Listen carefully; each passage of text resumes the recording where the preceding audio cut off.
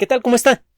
Le damos la bienvenida a El Explicador de Enrique Ganem y María de Los Ángeles Aranda.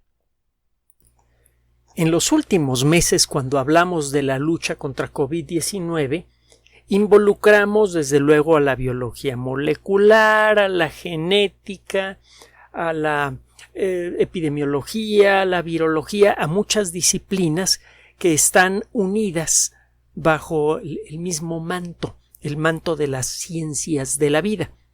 Aunque claro está, siempre hay la contaminación de la química, por ejemplo, o de las estadísticas en el caso de la epidemiología, que es una forma avanzada y especialmente sabrosa de matemáticas.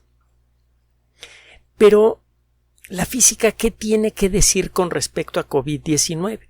Si usted revisa los artículos que hemos revisado en este espacio, acuérdese que nuestra especialidad, nuestra oferta para usted es el de traducirle los verdaderos trabajos científicos que se están haciendo alrededor de la lucha contra COVID-19 y en general sobre cualquier otro tema. Acuérdese que siempre publicamos 2 audios y mientras esté la pandemia vigente y mientras usted así lo quiera, uno de esos audios estará dedicado a COVID-19.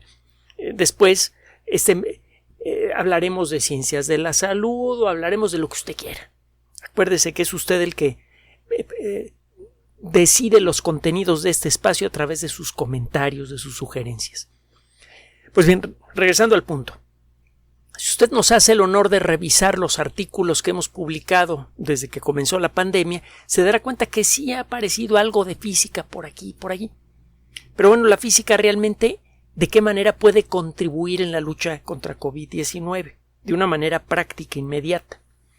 Bueno, de arranque, la física nos ayudó a entender mejor cómo se mueve el aire en el interior de recintos cerrados, sobre todo cuando hay un sistema de aire acondicionado involucrado, y nos ayudó a identificar sitios en ambientes cerrados con aire acondicionado en donde de manera inesperada se podría concentrar cualquier cosa que esté flotando en el aire, por ejemplo, partículas cargadas con coronavirus.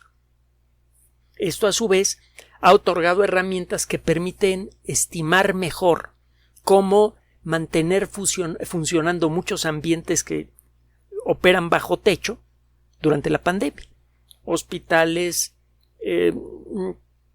centros educativos, centros de investigación, etcétera, etcétera, etcétera. Realmente eso ha ayudado en mucho. Y es por medio de la física que podemos entender la forma en la que se mueven las partículas de aire cuando son impulsadas por un sistema de aire acondicionado. Es una disciplina especialmente deliciosa y compleja que se llama dinámica de fluidos y que se dedica a describir con la mayor precisión posible los principios que gobiernan el movimiento de algún material que está compuesto por miles de partículas que no interactúan entre sí o interactúan muy suavemente. Cuando estas partículas no interactúan entre sí, cada una de esas partículas se mueve en la dirección que se le antoja y tiene usted un gas. Cuando hay una pequeña interacción entre estas partículas, se quedan pegadas un momento y luego se sueltan, tiene usted un líquido. La dinámica de fluidos permite diseñar, por ejemplo, mejores tuberías para el flujo de alta presión y alta velocidad que se necesita, el flujo de líquido, que se necesita para mantener frío el corazón de un reactor nuclear o para mantener alimentado al motor de un generador de electricidad o a la turbina de un avión de la manera más eficiente posible. Es una de las muchas aplicaciones de la dinámica de fluidos. Y ahí le va otra. Es una aplicación que ha requerido del uso de una supercomputadora y que involucró una publicación en una revista de física pura que se llama Física de Fluidos, Physics of Fluids.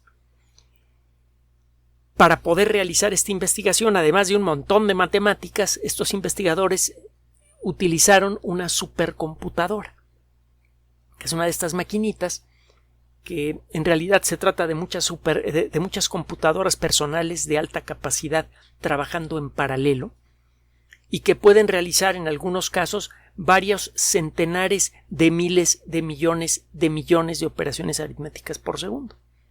Antes decía decenas de miles de millones, ahora son centenares de miles de millones.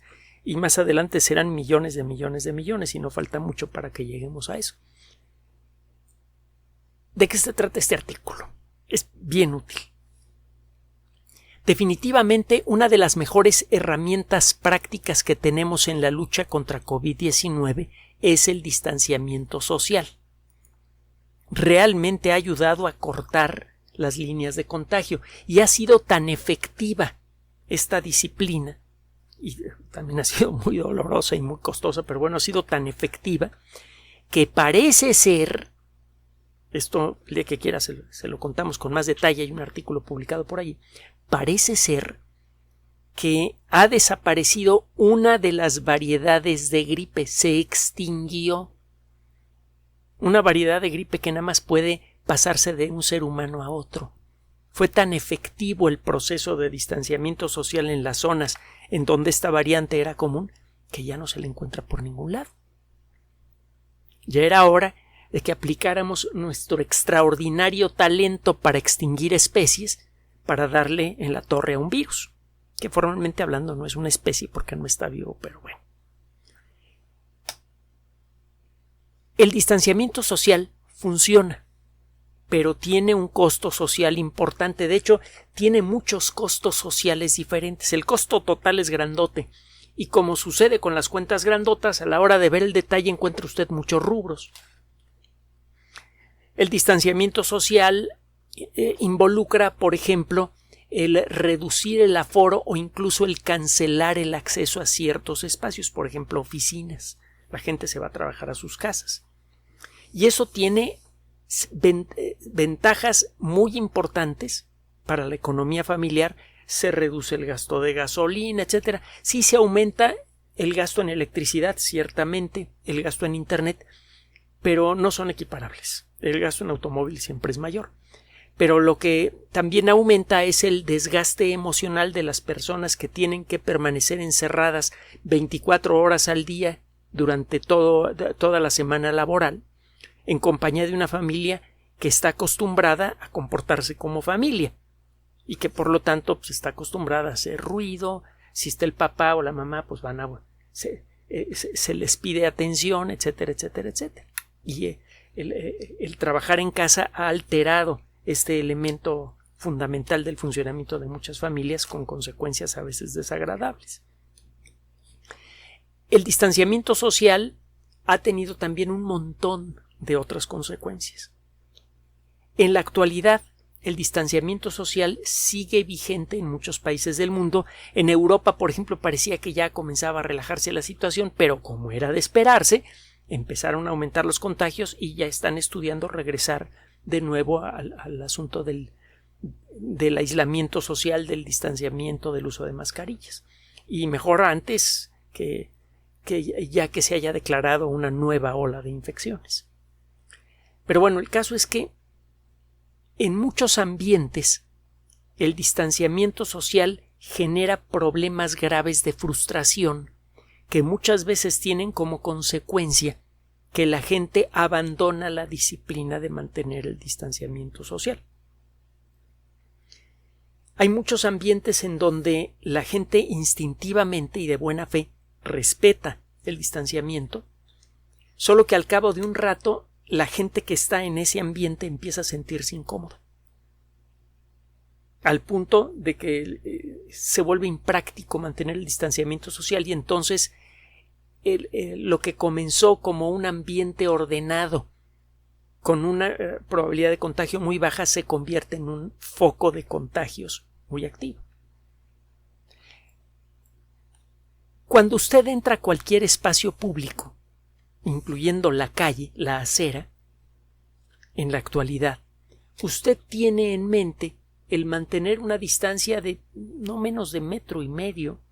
Esto en otros países se habla de 2 metros y a veces hasta más, pero en muchos países se habla de cuando menos de 1,5 metros, lo que llaman la regla de los 6 pies. Acuérdese que un pie y son poquito más de 30 centímetros. .304 milímetros, .304.8 milímetros. 6 pies son como 1,80 metro, una cosa así, 1,80 m y pocos centímetros. Cuando sale usted a la calle, trata de respetar esa regla. Mucha gente lo hace. Afortunadamente, son con mucho mayoría las personas que respetan esas reglas y que usan las mascarillas también. La capacidad de carga de una acera, es decir, la capacidad de permitir que la gente circule sin estorbos en una acera, se reduce mucho con la regla de los 6 pies. Si usted tiene que mantener una distancia de aproximadamente 1,80 m o 2 metros con la persona que va caminando delante y la persona de atrás respeta la misma regla, el número de personas que caben en la acera se reduce sustancialmente. Sobre todo en los centros de las grandes ciudades, incluso cuando tiene usted avenidas muy amplias como las que pueden existir, por ejemplo, en París, en algunos lugares de París, hay tanta gente que en un día normal en verano, pues usted puede encontrar miles y miles de personas. Busque usted en YouTube videos de la gente que camina por las calles de París en un verano normal, en un verano sin COVID, y verá lo que quiero decir. Hay miles y miles de personas en la calle y a pesar de que las aceras son bastante amplias, la gente guarda una distancia muy pequeña entre sí. No hay espacio suficiente para tanta gente. Este problema se incrementa con la regla de los 6 pies. Y esto también se hace notar en cualquier otro ambiente en donde pase mucha gente. Centros comerciales, escuelas, salones de recreo, centros de investigación, hospitales, etcétera, etcétera. El pedirle a la gente que simplemente respete la regla de los 6 pies muchas veces genera situaciones contraproducentes.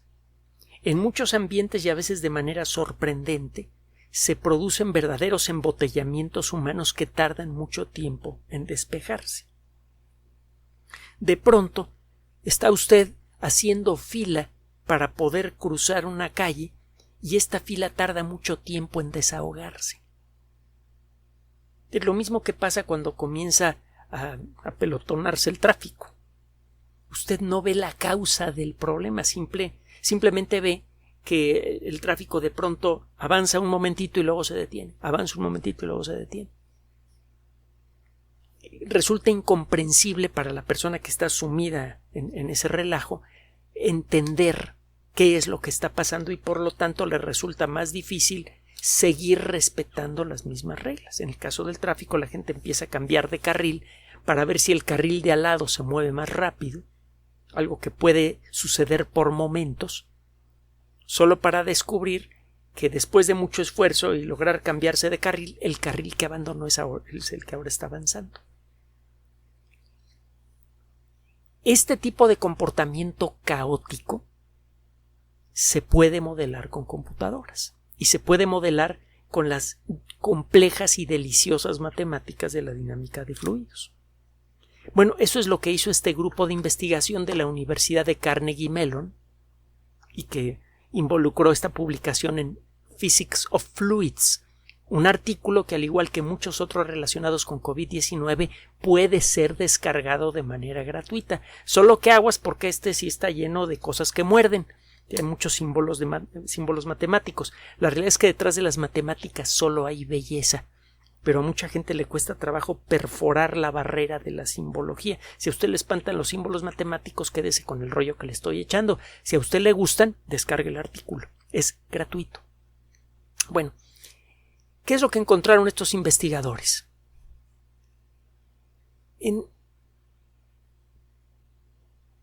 Encontraron a la hora de hacer la simulación del flujo de personas en distintos ambientes que pretenden respetar la regla de los 6 pies, que hay puntos en donde se puede predecir cuándo van a empezar a ocurrir embotellamientos humanos. En el momento en el que la densidad, el número de personas en una cierta área rebasa un cierto límite. En ese momento es predecible que van a comenzar los problemas de tráfico y que si esos problemas no se desahogan rápidamente, la gente frustrada va a abandonar la regla de los 6 pies y van a comenzar los contagios. En algunos casos no hay mucho que se pueda hacer al respecto, por ejemplo, en algunas calles. Sin embargo, en muchos sitios bajo techo se puede predecir con una precisión mayor qué puntos, por ejemplo, de un centro comercial se prestan a la creación de embotellamientos humanos como consecuencia de la regla de los 6 pies. Es posible entonces, con la ayuda de la computadora, simular qué pasa, por ejemplo, si le pedimos a la gente que va de norte a sur que circule por el carril de la derecha y las que caminan en la dirección opuesta que caminen del otro lado. Si genera usted carriles para la gente que va en una dirección o en otra, usted puede simularlo en la computadora. Y lo que se encontró es que jugando un poco con este tipo de reglas, es posible en muchos casos reducir en mucho el exceso de tráfico humano, sobre todo en horas pico, en ambientes como centros comerciales, como áreas de comida, de restaurantes, como calles concurridas para el turismo. Y eso a su vez significa que si se hacen estas simulaciones de la manera correcta, se pueden mantener funcionando muchas áreas de gran valor social, como pueden ser museos o escuelas, o de gran valor comercial, como pueden ser centros comerciales, calles turísticas, etcétera, etcétera, incluso cuando existe todavía un riesgo importante de contagio. Es decir, es posible planear con la ayuda de la computadora por dónde debe caminar la gente para reducir al mínimo el riesgo de contagio y mantener abiertos por más tiempo negocios, centros sociales, etcétera. Y esto tiene desde luego un enorme valor para la sociedad. Recuerde que COVID-19 ya ha matado a más de 4 millones de personas y ha afectado a muchos millones.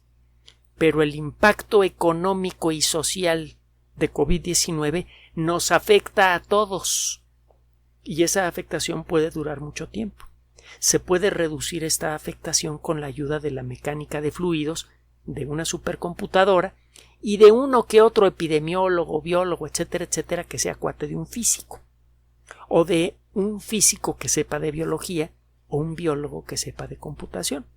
En cualquiera de esos casos es posible invocar el poder de la dinámica de fluidos a través de una computadora para simular la mejor manera posible de hacer uso de espacios públicos con el menor riesgo de contagio posible.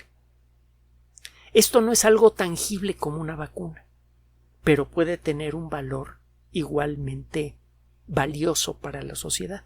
Puede ayudarnos a mantener abierta nuestra sociedad por más tiempo y al mismo tiempo para seguir luchando contra COVID-19 con una de las mejores armas que tenemos, que es el distanciamiento social. Otra buena noticia. Por favor, en todo momento, quienes saben qué es lo que debemos hacer ante la pandemia son las autoridades de salud. Vuelvo a insistir, lo que se ve en las redes sociales a veces es realmente útil, pero muchas veces es verdaderamente terrible. No haga caso de rumores, por buenos que se vean si lo ven en una red social. Busque a las autoridades de salud, busque a los expertos y hágale caso. Recuerde que en principio ya tenemos todas las herramientas que necesitamos para concluir con esta pandemia, pero tenemos que utilizarlas con un poco de disciplina. Eso es todo. Gracias por su atención. Además de nuestro sitio electrónico www.alexplicador.net, por sugerencia suya tenemos abierto un espacio en Patreon, El Explicador Enrique Ganem, y en PayPal, elexplicadorpatrocinio@gmail.com, por los que gracias a su apoyo sostenemos este espacio.